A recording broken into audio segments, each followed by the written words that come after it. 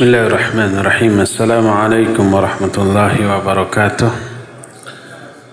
Alhamdulillah wassalatu wassalamu ala Rasulillah Muhammad ibn Abdillah wa ala alihi wa ashabihi wa mawalah wa man tabi'ahum bi ihsanin ila yaumil qiyamah ba'd.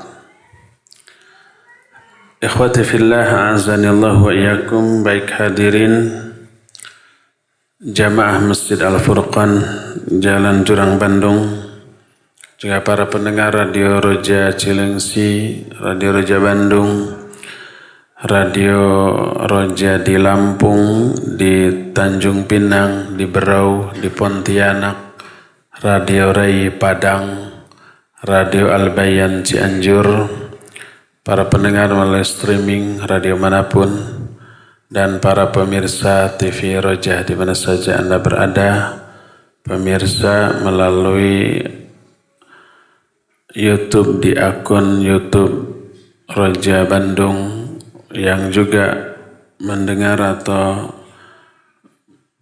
menyaksikan melalui Facebook Roja Bandung di mana saja Anda berada. Alhamdulillah, sore ini kita kembali berjumpa untuk melanjutkan pembahasan Kitab Tauhid. Jumat lalu kita sudah selesai membahas bab terlarangnya berdoa dengan mengucapkan Allahumma gfirli in syi'ta. Sekarang kita masuki bab baru, bab la yaqulu abdi wa amati.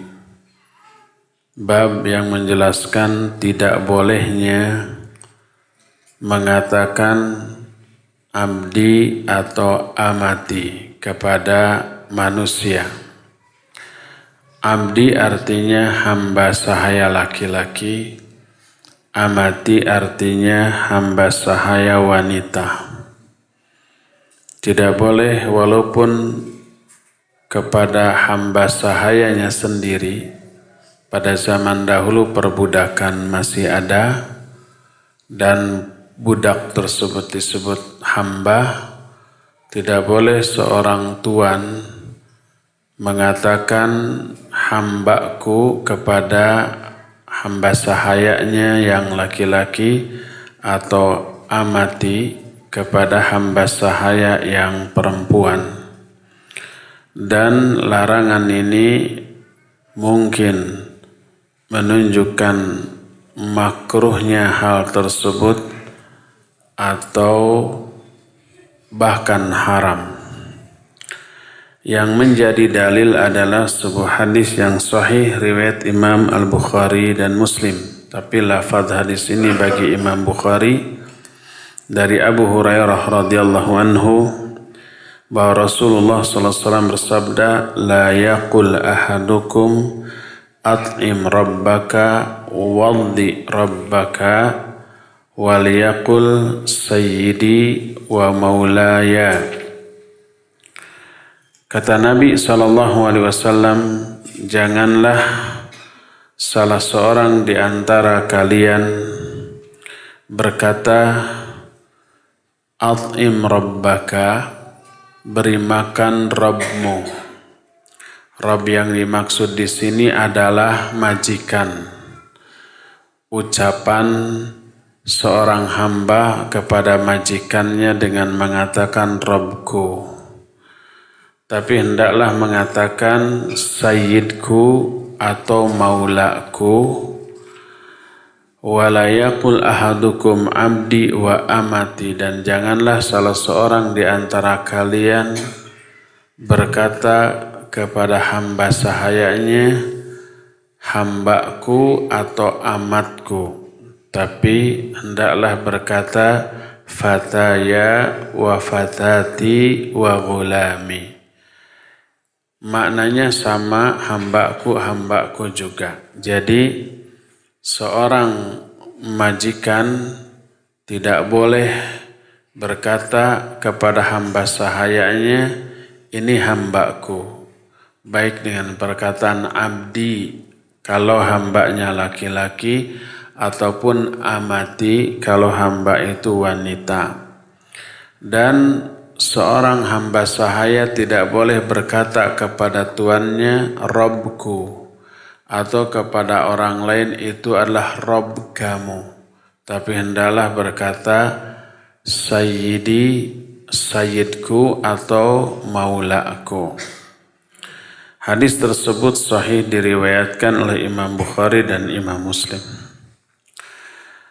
Adapun perkataan la yaqul, huruf la di sini la yang melarang, disebut la nahyi, sebagai bukti bahwa ini larangan fi'il mudhari atau kata kerja yang datang setelah la dijazmkan. Ini nggak bisa diterjemahkan. La yaqul, tanda jazmnya dengan sukun. Seandainya dia la-nya itu la nafi yang bermakna tidak bermakna larangan, niscaya akan dikatakan la yaqulu dengan didhammahkan huruf lam. Tapi di dalam hadis ini qulnya dijazmkan la yaqul, yang menunjukkan la di sana la nahyi dengan makna melarang. Janganlah salah seorang di antara kalian berkata begini dan begini. Adapun hukum mengatakan hamba kepada sesama manusia ada dua macam. Pertama, kalau ucapan hamba itu dinisbatkan kepada orang lain, seperti si Zaid adalah hamba si fulan, Zaid adalah hamba Umar umpamanya, atau seorang wanita si Nyai adalah hamba sahaya si fulan dengan mengatakan amat si fulan. Kalau hamba ini dinisbatkan kepada orang lain, maka hukumnya adalah boleh. Karena apa? Karena Allah pun mengatakan demikian di dalam Al-Quranul Karim. Seperti yang terdapat dalam An-Nur ayat 32, wa ankihul aima minkum wassalihina min ibadikum wa imaikum. Kata Allah, nikahkanlah anak-anak yatim di antara kalian dan orang-orang soleh di antara kalian. Nikahkanlah anak-anak yatim di antara kalian dengan orang-orang soleh dari kalangan hamba-hamba kalian atau ima-ima kalian. Hamba-hamba kalian maksudnya hamba laki-laki. Ima jamak dari amah yang artinya hamba wanita. Jadi Allah sendiri yang mengatakan bahwa itu adalah hamba kalian. Di dalam salah satu hadis yang diriwayatkan oleh Imam Bukhari dan Imam Muslim, Nabi SAW bersabda, laisa 'alal muslimi fi 'abdihi wala farsihi sadaqah. Tidak ada kewajiban atas seorang muslim tentang hamba sahayanya atau kudanya sedekah. Tidak ada sedekah, tidak ada zakat atas hamba sahaya yang dimiliki atau kuda-kuda yang dimiliki. Dalam hadis sahih riwayat Imam Muslim, Nabi menyatakan la tamna'u ima Allahi masajidallah. Janganlah kalian melarang ima Allah. Ima artinya jamak dari amat, maknanya adalah hamba sahaya wanita. Jadi kalau mengatakan hamba tersebut dinisbatkan kepada orang lain, orang ini adalah hamba si fulan. Si wanita ini adalah amat si fulan, maka dibolehkan. Kedua, menisbatkan penyebutan hamba kepada diri sendiri dengan mengatakan hambaku atau amatku. Ini ada dua bentuk. Bentuk yang pertama dalam rangka memberikan informasi atau berita.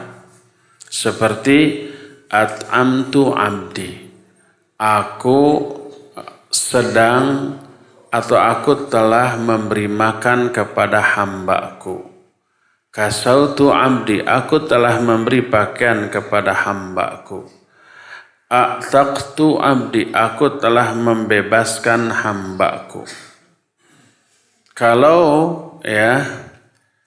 dia mengatakan hal tersebut di belakang orangnya, kita punya hamba sahaya, tapi hamba sahaya kita tidak ada di hadapan kita. Kita ngobrol dengan orang lain. Kemana kamu kemarin kok nggak kelihatan? Lalu kita menjawab, kemarin aku sedang memberi makan hamba sahayaku. Hamba sahayanya tidak ada di sana. Fala ba'sa bih. Maka ini tidak apa-apa. Ini dibolehkan. Mengatakan si fulan itu adalah hamba sahaya aku. Si fulanah adalah amatku. Tapi si fulan dan si fulanah itu tidak ada di hadapan kita, ada di tempat lain. Maka ini boleh. Karena perkataan itu tidak menyakiti perasaan hamba sahaya tersebut.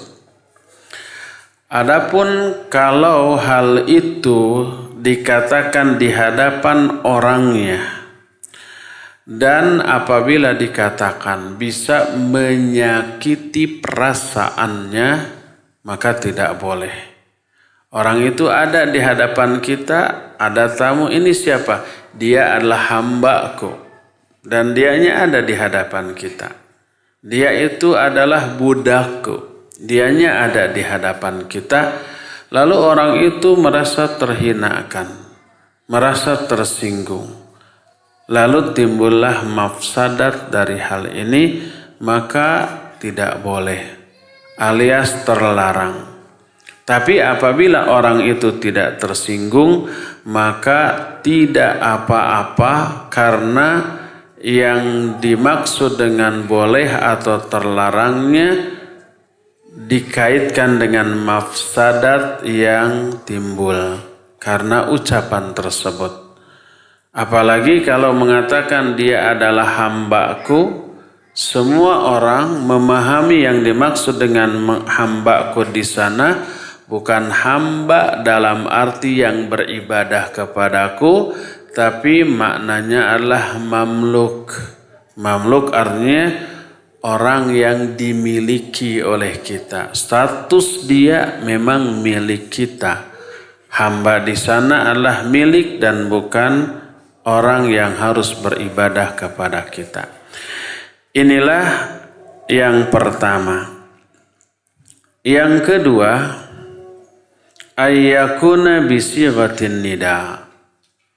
Kalau mengatakan hambaku itu dalam rangka memanggil, dengan mengatakan seorang majikan memanggil hamba sahayanya dengan mengatakan ya abdi, ya amat, ya amati, ya abdi, ya amati, ta'al atau ta'ali, kesini kalian. Maka ini terlarang. Para ulama ikhtilaf apakah terlarangnya ini makruh ataukah haram. Maka minimalnya makruh dan bisa jatuh pada hukum haram. Kalau mengatakan, hei hambaku, kesini kamu. Wahai budakku, kesini kamu. Ini terlarang. Minimal itu makruh, maksimalnya adalah haram. Apa dalilnya? Dalilnya adalah hadis yang sedang kita bahas ini. Ya. Nabi SAW mengatakan la yaqul ahadukum abdi wa amati. Janganlah salah seorang di antara kalian berkata hambaku dan amatku. Berkata Syekh Al-Utsaimin rahimahullah ketika menafsirkan atau menjelaskan hadis ini. La yaqul ahadukum at'im rabbak, ay la yaqul ahadukum li abdi ghairih. Makna hadis ini adalah janganlah salah seorang di antara kalian berkata kepada hamba sahaya orang lain. Jadi orang lain punya hamba saya, kita ngomong ke hamba saya ini, beri makan tuanmu, ya. Dan ini kata Syekh Al-Utsaimin, yuhtamalu ayyashmula qaula sayyid li abdi haitsu yada'u dhahira mawdi'al mudmar ta'azuma. Maksudnya ini mencakup ucapan seorang tuan kepada hamba sahayanya sendiri. Kalau dia tidak boleh mengatakan kepada hamba sahaya orang lain, ini berikan makanan ini kepada tuanmu, dan tuanmu itu diungkapkan dengan Rabbaka, Rabb kamu. Makna Rabb di sana adalah tuan, majikan. Kalau ini tidak boleh dikatakan kepada hamba sahaya orang lain, maka sama. Tidak boleh juga mengatakan kepada hamba sahaya sendiri. Menisbatkan atau menyandarkan kata-kata Rabb kepada selain Allah ada beberapa macam. Pertama, ya, menisbatkan atau menyandarkan kata-kata Rabb kepada dhamir mukhatab. Dhamir mukhatab itu bahasa kitanya kata ganti orang kedua, lawan bicara, kamu. Kalau kamu dalam bahasa Indonesia hanya satu, kamu saja, bisa seorang, bisa dua orang, bisa lebih, ya. Atau kalau lebih kalian gitu. Tapi bisa juga kamu kepada banyak orang, ya. Ini disebut dhamir mukhatab, kata ganti orang kedua. Kata-kata Rabb dinisbatkan kepada orang kedua. Seperti hadis ini, at'im rabbaka, berikan makanan ini kepada Rabb kamu. Kata-kata Rabb disandarkan kepada kamu.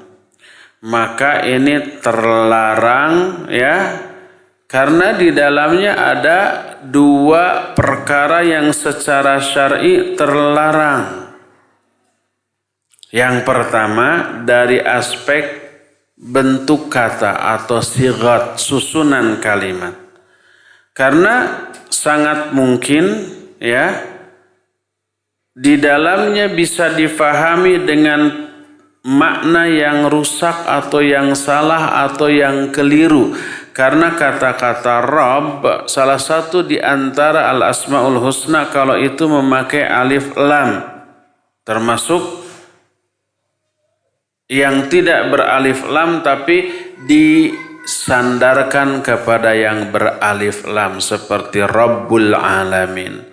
Itu nama sekaligus salah satu di antara sifat-sifat Allah. Padahal Allah itu la yut'am wa huwa yut'im. Allah itu tidak diberi makan. Dia yang memberi makan. Ya.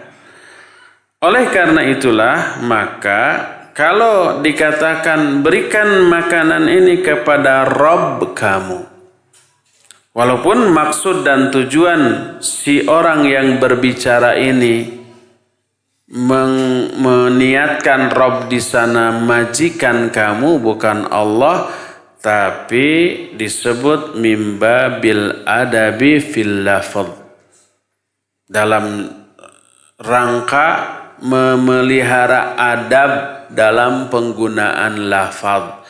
Jangan gunakan lafadz Rabb kepada selain Allah bila dinisbatkan atau disandarkan kepada dhamir mukhatab, kepada kamu, Rabb kamu. Ini kesalahan pertama. Kesalahan kedua dari segi makna.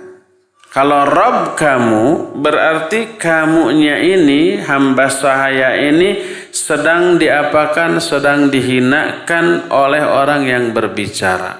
Berikan makanan ini kepada Rob kamu. Tidak kepada Sayyid kamu. Tapi Rob kamu. Di dalamnya ada isyarat orang ini hamba sahaya. Maka ini akan menimbulkan ketersinggungan. Maka terlarang mengatakan kata-kata Rob kamu, ya, Rob yang disandarkan kepada kamu. Kedua, kalau kata-kata Rob ini disandarkan kepada dhamir mukhatab. Dhamir ghaibah. Dhamir ghaibah itu kata ganti orang ketiga. Kepada dia atau kepada mereka. Kalau dalam bahasa Indonesia, kata ganti orang ketiga hanya dua, ya, dia atau mereka. Kalau dalam bahasa Arab ada berapa?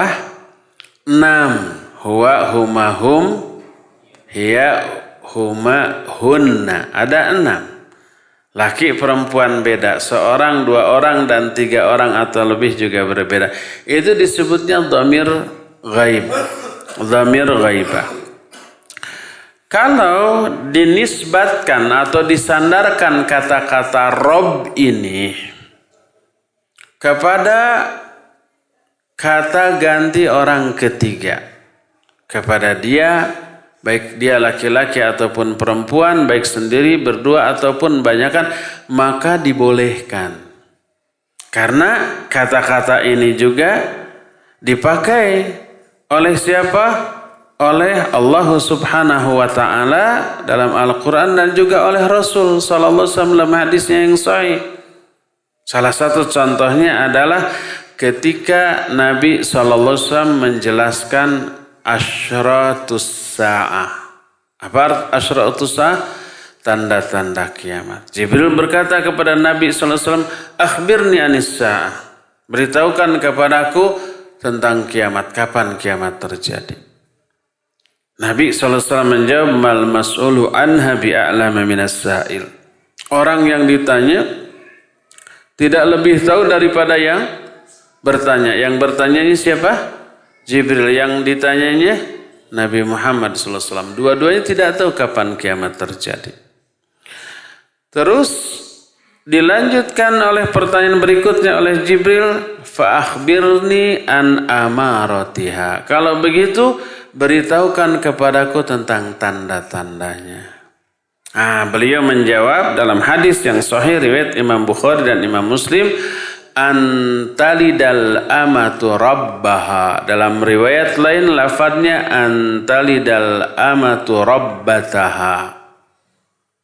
Kalau seorang hamba sahaya wanita telah melahirkan Robnya. Rob yang dimaksud di sini siapa? Tuannya. Anaknya sekaligus menjadi tuan bagi ibunya. Dan tuan di sini oleh Nabi diungkapkan dengan Rabbaha. Dalam lafaz lain Rabbataha. Maknanya sama. Rabbaha. Rabb di sini disandarkan kepada ha. Ha ini kata ganti orang ketiga untuk wanita. Ini dibolehkan, ya. Termasuk hadis lain ketika Nabi SAW berbicara tentang barang temuan berupa seekor unta. Ada unta ini bukan unta liar, unta peliharaan kelihatan jinak. Tapi tidak diketahui siapa pemiliknya. Beberapa hari unta itu ada di halaman rumah kita. Maka ambil, ya, hadis ini muttafaqun alaih. Nah, kemudian ambil hatta yajidaha rabbuha, sampai pemiliknya menemukannya. Sampai ada pemiliknya. Pemiliknya ini oleh Rasul SAW disebut dengan rabbuha, Robnya. Rob si unta tersebut. Rob di sini dinisbatkan kepada ha. Dan ha adalah dhamir ghaib, artinya kata ganti orang ketiga. Ini dibolehkan. Nah, ini menunjukkan dibolehkan mengatakan kata-kata Rabb bila disandarkan kepada orang ketiga, dan terlarang bila disandarkan kepada orang kedua. Sebagian ulama ketika menjelaskan hadis dhalah itu binatang yang hilang, ya. Binatang yang hilang ini kenapa disebut boleh, ya? Padahal mereka tidak beribadah kepada Allah SWT. Tidak seperti manusia. Makanya dibolehkan. Dibantah oleh para ulama, ya. Yang benar adalah tidak ada perbedaan antara manusia dan binatang dalam hal beribadah kepada Allah. Karena apa? Binatang pun ternyata beribadah kepada Allah dengan cara ibadah yang khusus bagi binatang. Kalau kita disuruh ibadah kepada Allah dalam bentuk sholat, dalam bentuk saum, dalam bentuk haji, zakat, menuntut ilmu, dan seterusnya, berbuat kebaikan, amal sholat, itu ibadahnya manusia. Kalau binatang ibadahnya lain lagi yang kita tidak tahu. Dan Allah menjelaskan bahwa binatang pun ibadah. Sebagaimana firman Allah dalam Al-Quranul Karim. Dalam surah Al-Hajj ayat yang ke-18 Allah berfirman, Alam taro anna allaha yasjudu lahu man fis samawati wa man fil ard wasyamsu wal qamaru wan nujumu wal jibalu wasyajaru wad dawab. Kata Allah, bukankah kamu melihat bahwa Annallaha, sungguhnya Allah itu bersujud kepada Allah semua yang ada di langit, semua yang ada di bumi, matahari, bulan, bintang, gunung-gunung, pohon-pohon, dan binatang-binatang. Semuanya bersujud kepada Allah dengan caranya masing-masing yang kita tidak tahu. Semua yang ada di langit, di bumi sujud. Matahari sujud kepada Allah. Bumi sujud kepada Allah. Bulan, bintang, gunung, pohon, bahkan juga binatang. Ya. Adapun manusia, Allah menyatakan wa katsiru minan nas, kebanyakan dari manusia tidak ibadah. Ya. Tapi kalau binatang seluruhnya ibadah dengan caranya sendiri. Sujud kepada Allah dengan caranya sendiri. Manusia yang cara ruku, cara sujud, cara ibadahnya sudah ditentukan dan kita mengetahuinya, kebanyakan manusia tidak melakukannya. Kebanyakan manusia tidak ibadah kepada Allah. Maka disebut wa katsiru minan nas. Makanya Allah mengatakan wa katsirun haqqa alaihil adzab. Kebanyakan manusia berhak memperoleh azab. Adapun binatang, mereka sujud seluruhnya kepada Allah Azza wa Jalla dengan caranya sendiri. Bintang-bintang yang banyak, mereka semuanya sujud kepada Allah. Pohon-pohon yang demikian banyak, mereka semuanya sujud kepada Allah dengan caranya sendiri. Adapun manusia disuruh sujud, disuruh ibadah, wa katsirum minan nas, kebanyakan dari manusia tidak melakukannya. Inilah yang kedua, kalau Rabb dinisbatkan atau dihubungkan atau disandarkan kepada kata ganti orang ketiga, dibolehkan. Yang ketiga, kalau Rabb ini diidhofatkan atau disandarkan kepada dhamir mutakallim. Dhamir mutakallim itu kata ganti orang pertama, baik tunggal ataupun jamak. Kata ganti orang pertama teh apa? Saya atau kami atau kita, ya. Saya, kita, kami. Dalam bahasa Indonesia ada 3. Kalau dalam bahasa Arab cuma 2, yaitu ana dan nahnu. Nah, kalau kata-kata Rob disandarkan kepada ana, jadi Robbi. Atau nahnu, jadi Robbuna. Tapi Robbi dan Robbuna ini maksudnya bukan Allah, tapi Tuanku, Tuan kami. Apakah boleh dengan mengatakan Robbi? Jawabnya adalah dibolehkan. Karena ini perkataan seorang hamba terhadap tuannya. Dia adalah tuanku, innahu rabbi. Sungguhnya dia adalah tuanku. Dan dia ini yang dimaksud bukan Allah tapi manusia yang menjadi majikan si hamba. Si hamba itu yang mengatakan beliau adalah tuan saya. Innahu rabbi. Kalau dia mengatakan itu dibolehkan. Sebagaimana ya Nabi Yusuf alaihissalatu wassalam pun berkata demikian. Ketika Nabi Yusuf itu digoda oleh istri raja yang menjadi majikan dari Nabi Yusuf. Nabi Yusuf menolak dengan mengatakan innahu rabbi ahsana mathwaya. Sesungguhnya suami kamu itu Robbi.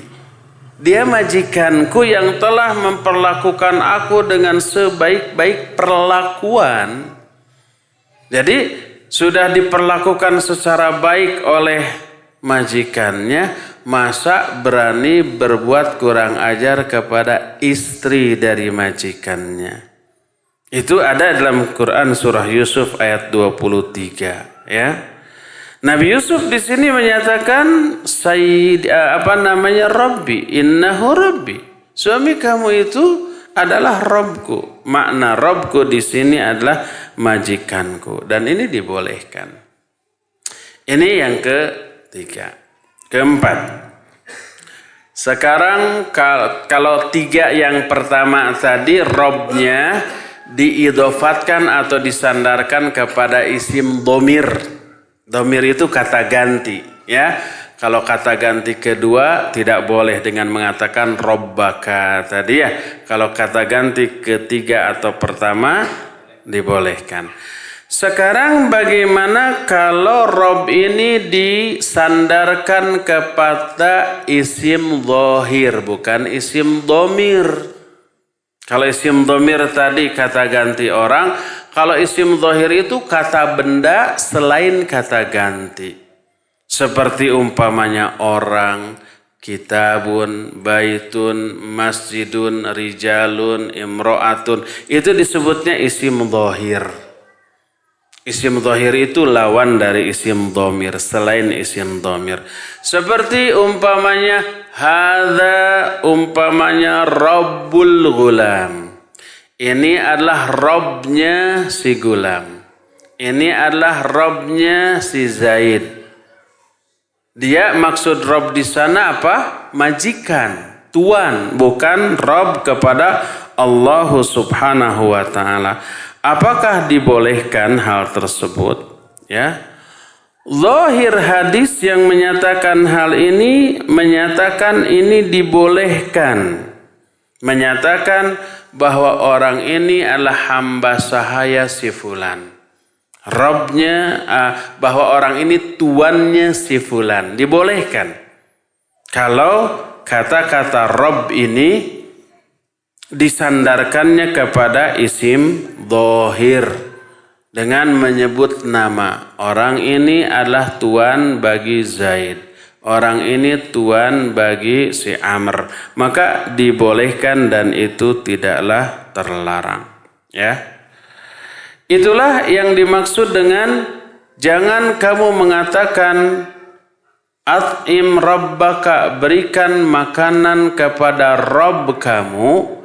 Jadi yang terlarang adalah mengatakan kata-kata Rabb yang disandarkan kepada kata ganti orang kedua saja. Adapun mengatakan kata-kata Rabb kepada kata ganti orang ketiga, orang pertama atau isim zahir, maka dibolehkan.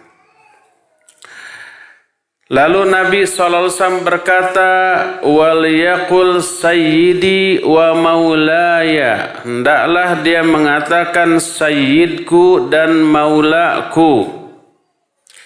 Ini menunjukkan bolehnya mengatakan kata-kata sayyid dan maula kepada orang lain, baik orang lain itu adalah majikannya ataupun dia adalah suami bagi seorang wanita. Apa makna sayyid? Sayyid ini berasal dari kata as-siyadah. Makna as-siyadah atau sayyid secara asal adalah uluwul manzilah. Manzilah yang tinggi, kedudukan yang tinggi, atau jabatan yang tinggi atau yang sejenisnya. Adapun makna sayyid secara bahasa memiliki beberapa makna. Makna yang pertama bisa bermakna malik. Makna malik adalah pemilik, yang memiliki. Bisa juga bermakna az-zawj, suami. Bisa juga bermakna asy-syariful muta', seorang mulia yang ditaati termasuk pemimpin, ya. Dan makna sayyid secara mutlak tidak boleh dikatakan kecuali hanya kepada Allah, sebagaimana hadis yang diriwayatkan Imam Ahmad dalam kitab Musnadnya, Imam Bukhari dalam kitab Al-Adabul Mufrad, Imam Abu Daud dan yang lain-lainnya, bahwa Nabi SAW menyatakan as-sayyid Allah. As-sayyid itu adalah Allah, pakai alif lam. Adapun kalau sayyid disandarkan kepada kata lain, ya, kepada selain Allah, maka dibolehkan. Contoh, dalam surah Yusuf ayat 25, ketika Yusuf digoda oleh istri dari majikan Yusuf. Lalu kedua-duanya ketika Yusuf menolak, kabur, kedua-duanya balap lomba memburu pintu. Tapi Yusuf lebih dahulu daripada wanita tadi. Maka ditariklah bagian belakang dari baju Yusuf dan sobek.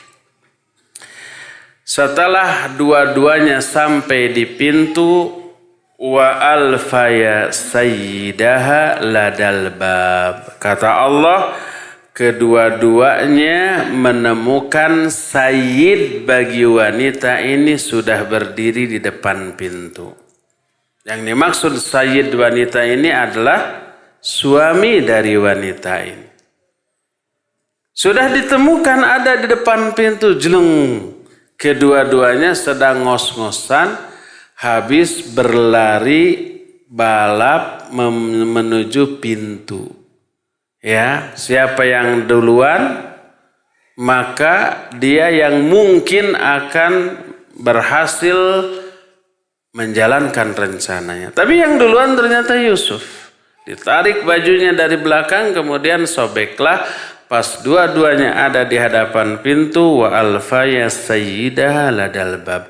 Kedua-duanya menemukan sayyid bagi wanita itu sudah berdiri di hadapan pintu. Allah menyatakan orang tadi sayyid bagi wanita ini. Sayyid disandarkan bukan kepada Allah, maka dibolehkan. Karena Allah juga menggunakan hal tersebut di dalam Al-Quran. Termasuk Nabi Muhammad SAW dalam salah satu hadis yang juga sahih dikatakan, ana sayyidu waladi Adam yaumal qiyamah. Aku adalah sayyid bagi semua anak Adam pada hari kiamat. Sayyid di sini disandarkan kepada waladi Adam, anak-anak Adam. Maka dibolehkan kalau sayyid ini diidhofatkan atau disandarkan. Berkata Ummu Darda radhiyallahu anha, Kata Ummu Darda, akhbaroni sayyidi annahu sami'a Rasul sallallahu alaihi wasallam kada wa kada wa kada. Kata Ummu Darda, sayyidku telah mengabarkan kepadaku bahwa dia mendengar Rasul sallallahu alaihi wasallam berkata begini, begini dan begini. Ummu Darda mengatakan sayyid kepada siapa? Kepada suaminya, yaitu Abu Darda radhiyallahu anhu. Kata Ummu Darda, sayyidku telah mengabarkan kepadaku. Maksud saya itu suaminya, bahwa dia mendengar Rasul sallallahu alaihi wasallam berkata begini, begini dan begini. Ini semua menunjukkan dibolehkannya mengatakan kata-kata sayyid bila sayyid ini ya dinisbatkan kepada selain Allah Azza wa Jalla. Adapun kalau sayyidnya berdiri sendiri, mutlak, tidak disandarkan kepada kata-kata lain, maka yang dimaksud sayyid di sana hanya boleh diartikan Allah Subhanahu wa Ta'ala. Tidak boleh menyatakan kepada manusia yang sehebat apapun, dia adalah seorang sayyid. Tidak boleh, karena itu mutlak, tidak disandarkan, tidak diidhafatkan. Sebagaimana Nabi SAW bersabda tadi, as-sayyidu Allah. Sayyid itu adalah Allah. Tapi kalau sayyid ini diidhafatkan kepada yang lain-lain selain Allah, maka dibolehkan berdasarkan beberapa contoh baik ayat ataupun hadis yang tadi kita kemukakan. Wallahu a'lam. Ikhwan azanillahu wa iyyakum, baik hadirin pemirsa ataupun pendengar radio di mana saja Anda berada. Untuk sore ini cukup sampai di sini karena waktu yang terbatas ya. Kita cukupkan dan kita masih punya sisa waktu beberapa saat untuk bertanya jawab. Apabila ada pertanyaan dipersilahkan untuk ditanyakan. Wassallallahu ala nabiyina Muhammadin wa ala alihi wa ashabihi wasallam. Kepada Al-Akh Abdul Haris Ari silakan di silengsi untuk memandu tanya jawab dengan pendengar dan pemirsa. Silakan. Nasihat dan juga materi yang Ustaz telah sampaikan kepada kami kesempatan sore hari sangat bermanfaat sekali. Dan silakan ukhatul Islam yang bertanya di 0218236543 via telepon, sebutkan nama Anda dan dari mana berasal. Kemudian untuk pesan singkat, Anda bisa kirimkan di 0819896543. Dan sekarang kami buka sesi tanya jawab melalui telepon. Halo. Assalamualaikum. Silakan, halo. Nah, kita akan bacakan pesan singkat telah masuk, Ustaz. Dari Abdullah di Jakarta yang bertanya, Assalamualaikum, Ustaz. Mohon maaf, kami bacakan pertanyaannya. Bolehkah atau dilarang berzikir dengan hanya mengucapkan kata Allah saja, tidak ditambah dan tidak dikurangi? Silakan, Ustaz. Iya, barakallahu fik Ibu atau Bapak yang tadi bertanya dari Jakarta. Bolehkah berzikir hanya dengan Allah saja? Tidak boleh dan terlarang. Ya, yang dibolehkan adalah mengatakan la ilaha illallah yang diperintahkan, atau subhanallah, atau alhamdulillah, atau Allahu akbar, atau astagfirullah dan yang lain-lain. Adapun orang yang berzikir dengan hanya menggunakan lafaz Allah saja, para ulama menjelaskan karena kesalahfahaman terhadap ayat dan hadis. Adapun hadis mengatakan la taqumus sa'ah hatta la yuqala fil ard Allah Allah. Tidak akan terjadi kiamat sehingga di muka bumi ini tidak ada lagi orang yang mengatakan Allah Allah. Itu di akhir zaman nanti. Dari hadis tadi tidak akan terjadi kiamat sehingga tidak ada lagi orang yang menyebut nama Allah Allah. Dari sini orang memahami dibolehkan berzikir hanya dengan Allah. Padahal para ulama menjelaskan maknanya bukan dibolehkannya berzikir hanya dengan menyebut nama Allah saja, ya. Tapi hadis ini menyatakan orang ini betul-betul tidak tahu lagi, tidak ingat lagi kepada Allah Azza wa Jalla dan ajarannya. Sudah jauh, sudah kufur, sudah musyrik, sudah ingkar. Tak ada lagi yang menyebut nama Allah Subhanahu wa Ta'ala dalam kehidupannya. Ini makna yang pertama atau dalil pertama. Dalil kedua, sebuah ayat yang juga disalahfahami, ya, yaitu lafaz Allah. Padahal itu jawaban. Allah menyatakan, katakan olehmu, ya, siapa yang menciptakan langit dan bumi beserta isinya. Qul Allah, katakan olehmu Allah. Maksudnya yang menciptakan langit bumi beserta isinya itu Allah. Jadi kata-kata qul Allah bukan harus mengatakan Allah saja ketika berzikir, tapi itu jawaban atas pertanyaan tadi. Katakanlah yang menciptakan langit dan bumi adalah Allah. Tapi orang itu memahami qul Allah, katakan olehmu Allah. Oh, berarti kalau berzikir cukup mengatakan Allah. Ini kesalahpahaman, ya. Inilah bantahan para ulama terhadap orang yang menyatakan bahwa berzikir hanya Allah semata-mata dan itu terlarang. Wallahu a'lam bishawab. Silakan lagi. Baik Ustaz, pertanyaan berikutnya masih dari pesan singkat dari Zainal di Pelabuhan Ratu Sukabumi Ustaz. Ustaz, apakah dibolehkan kita menambahkan Sayyidina di dalam kita dalam bersolawat kepada Nabi Muhammad SAW? Fadhal Ustaz.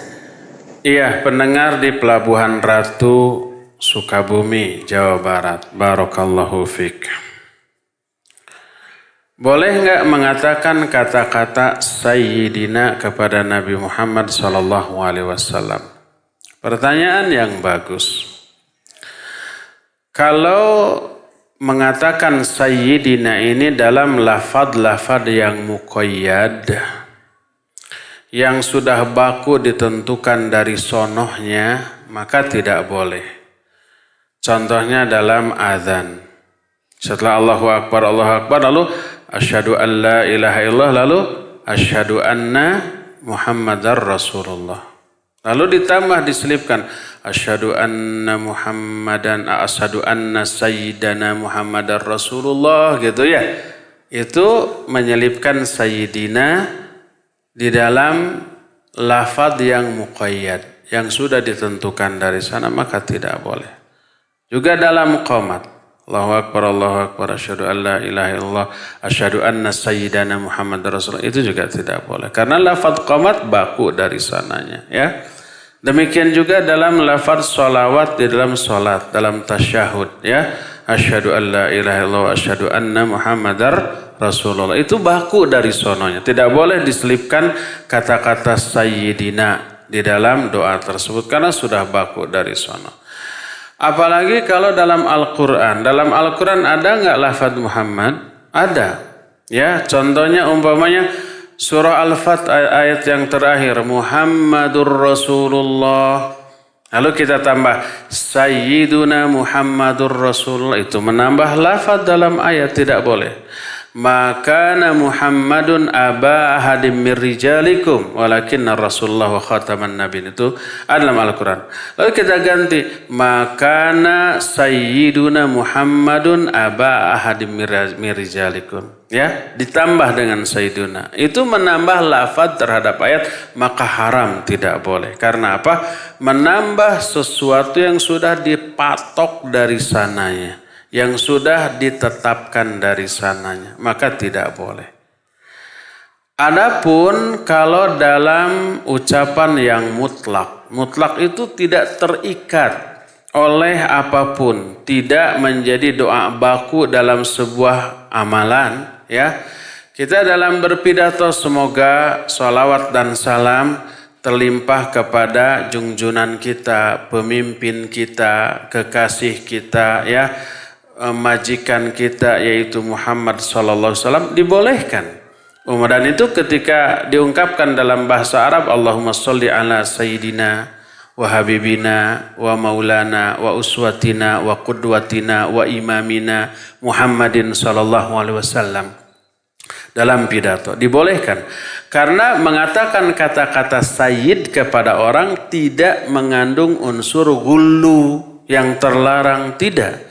Tadi kita sudah jelaskan ya bahwa Nabi Yusuf mengatakan sayyid kepada tuannya, termasuk Ummu Darda mengatakan sayyid kepada suaminya, tidak mengandung unsur ghullu yang terlarang. Allah juga mengatakan sayyid kepada raja yang menjadi juragan Yusuf, ya disebut sayyid bagi istrinya. Dibolehkan mengatakan kata-kata sayyid kepada makhluk karena di dalamnya tidak mengandung unsur apa? Unsur ghullu berlebih-lebihan yang terlarang, tidak. Termasuk kepada Nabi Muhammad SAW mengatakan sayyid dibolehkan selama itu di dalam momen yang mutlak. Adapun ya mengatakan kata yang selain itu yang juga tidak mengandung unsur yang ghullu seperti habibina, maulana, imamina, uswatina, qudwatina yang sesuai dengan fungsi Nabi bagi kita dibolehkan. Nabi imam kita, uswah kita, qudwah kita. Lalu kita mengatakan itu dalam pidato kita boleh.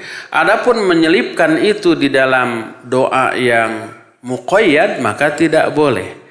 Boleh enggak umpamanya dalam sholat asyhadu alla ilaha illallah wa asyhadu anna sayyidina wa habibina wa uswatina wa imamina wa qudwatina Muhammadin terus panjang. Tidak boleh karena itu menambah. Walaupun satu kata sayyidina saja.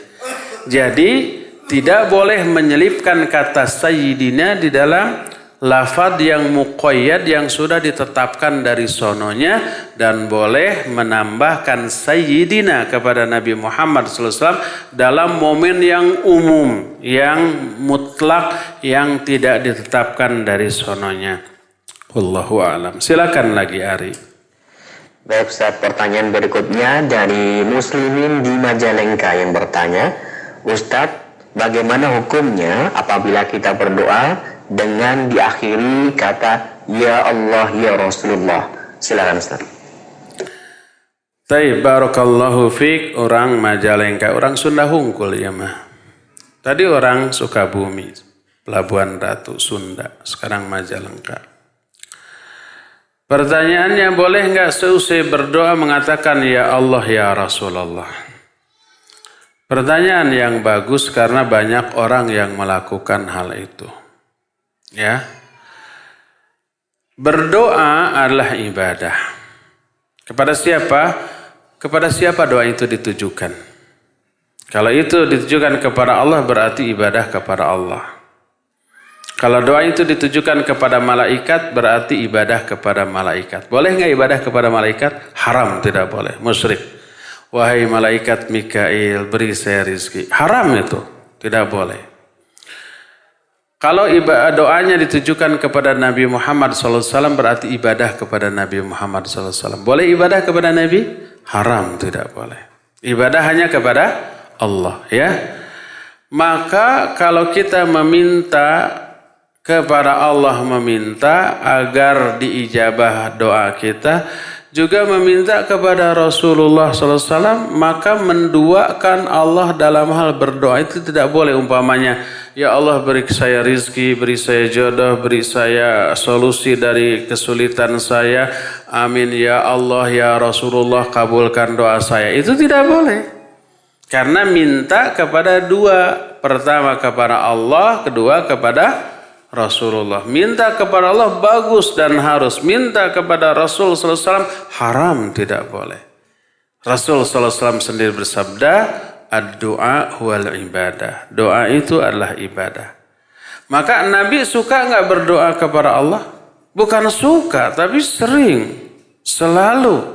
Nabi sendiri berdoa ketika hidupnya. Masa ketika matinya beliau dimintai dengan doa kita, Ya Rasulullah kabulkan doa saya. Enggak bisa Nabi melakukan pemberian pengabulan doa. Jadi tidak boleh. Cukup hanya kepada Allah saja kita berdoa. Amin ya Allah ya Rabbal Alamin. Jangan ditambah amin ya Allah ya Rasulullah. Semoga diijabah doain. Tidak boleh seperti itu ya. Amin ya Allah ya Rabbal Alamin juga ya Rasulullah. Tidak boleh karena berarti berdoa kepada dua. Kepada Allah berdoa, kepada Nabi SAW juga berdoa, maka haram, terlarang ya. Kecuali kalau nabinya masih hidup, lalu kita minta didoakan kepada Nabi, ya, berdoanya kepada Allah, ya Rasulullah doakan agar saya begini-begini. Lalu Nabi mendoakan. Boleh, itu namanya tawassul kepada Nabi SAW di saat beliau masih hidup. Adapun setelah beliau wafat, tak ada seorang pun sahabat yang bertawasul kepada Nabi setelah wafatnya dalam berdoa kepada Allah SWT. Ya, cukup sampai di sini. Sebentar lagi kita adzan maghrib, persiapan untuk wudu dan takjil. InsyaAllah kita jumpa kembali Jumat yang akan datang. Subhanakallahum bihamdik, asyhadu an la ilaha illa ant, astaghfiruka wa atubu ilaik. Walhamdulillahi rabbil alamin.